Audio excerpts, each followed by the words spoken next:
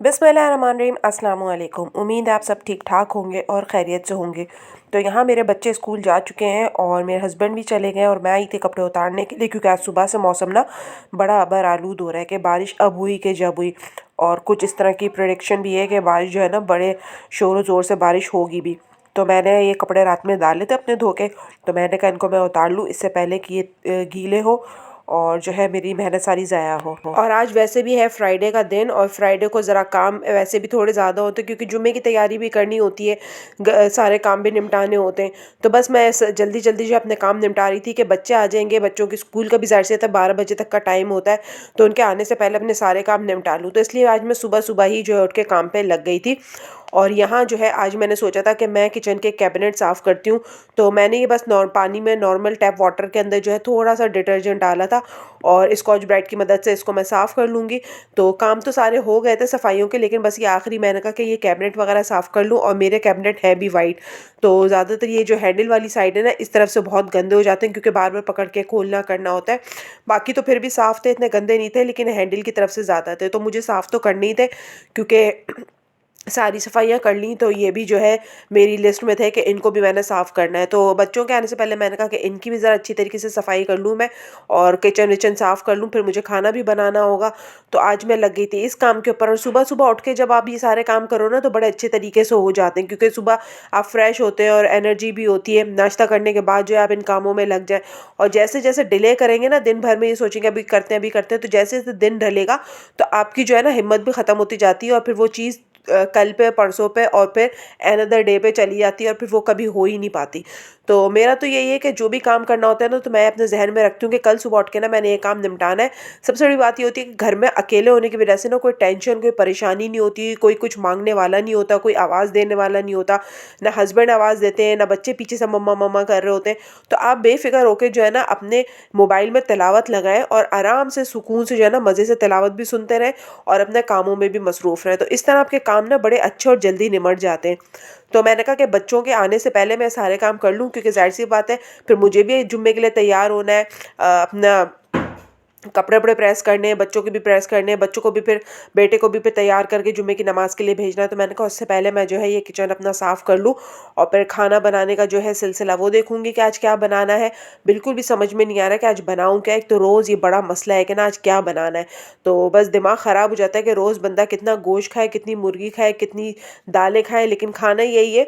और फिर दूसरी बात कि बच्चों का देखना पड़ता है कि बच्चे नाक मुँह ना बनाएं, उनकी बड़ी वो होती है कि आपने ये क्या बना लिया, ये क्या बना लिया। तो बस मेरे बेटे को तो आजकल पोटैटो वेजीज़ का बहुत शौक चढ़ा हुआ है, वो जाते हुए भी कि मम्मा मुझे पोटैटो वेजीज़ बना दो, और आते हुए भी पोटैटो वेजीज़।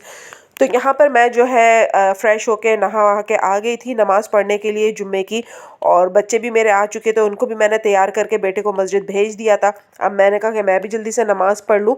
तो ये इतर ना मेरी अम्मी सऊदीया गई थी हज पे, तो वो लेकर आई थी, तो मैं बड़ा संभाल के इसको रखा हुआ है, और मैं बड़ी ख़ास उस पर इसको लगाती हूँ। मतलब बहुत ज़्यादा ऐसे नहीं कि बहुत रफ़ यूज़ करूँ, बड़े ख़ास उस पर रखती हूँ कि ना एक याद है मेरी अम्मी की, वो तो अब नहीं है, लेकिन उनका दिया हुआ इतर और बहुत कुछ उनका है जो मेरे पास है। तो मैंने कहा ये जानमाज़ मैंने धोई थी साफ़ सुथरी, और खुशबू इस पर लगाओ तो बड़ी अच्छी लगती है।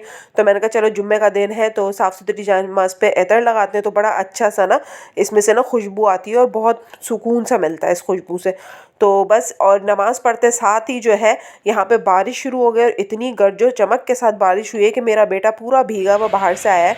और जब मैंने भी जाके देखा तो टेरेस वगैरह पूरा मेरा भीग चुका था, और कुछ थोड़े बहुत जो कपड़े मैंने बाद में डाले थे वो भी गीले हो चुके थे। खैर लेकिन फिर मैंने उनको नहीं उतारा कि मैंने कब तो गीले हो ही गए, लेकिन यह है कि उनको छोड़ दिया था फिर मैंने। और यहाँ पे बारिश देखें, इतनी ज़बरदस्त बारिश हुई है, और उसके बाद जो हवाएं चली और जो ठंड हुई है, तो मेरी तो नाक कल से ही बंद हो गई है। दोबारा से मुझे फ्लू और नज़ला नोज़िया शुरू हो गया है, और मेरे साथ तो ये मसला है कि ज़रा सी ठंड लगे या कुछ लगे ना तो मुझे बिल्कुल से फ्लू शुरू हो जाता है। तो मैं बार बार आके जो टेरेस साफ़ कर रही थी, और पानी जो है क्योंकि यहाँ पर कोई पानी की निकासी की जगह नहीं है, तो वो बार बार पानी जो है बहता हुआ ऐसा आ रहा था कि बच्चे आए तो वो स्लिप होने का डर होता है, और बच्चे बिल्कुल रफली चलते हुए आते हैं भागते दौड़ते। तो मुझे यही हो रहा था कि ऊपर से नीचे छत से घर में हो रहे, तो ऐसा ना हो कि चप्पल के ज़रिए गिर जाए, खुदा ना खास्ता चोट वोट लग जाए। तो मेरा काम तो यही था कि मैं बार बार जो है टेरेस साफ़ कर रही थी। और रात में जब मेरे हस्बैंड आ गए तो बच्चों ने बेचारों ने शाम का इनका दिल चाह रहा था कि हम कहीं निकलें बारिश में, लेकिन बाबा घर पे अवेलेबल नहीं थे।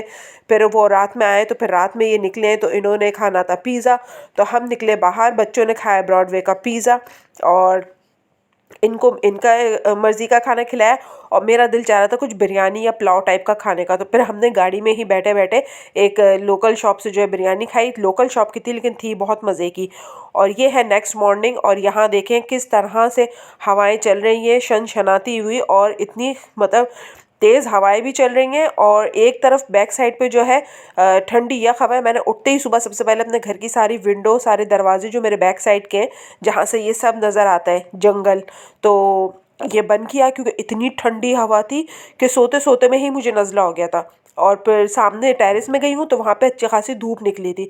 तो मैं जब वॉशरूम से मुँह हाथ वगैरह धो के निकली तो फिर मैं थोड़ी देर टेरेस में गई, वहाँ सूरज में खड़ी हुई।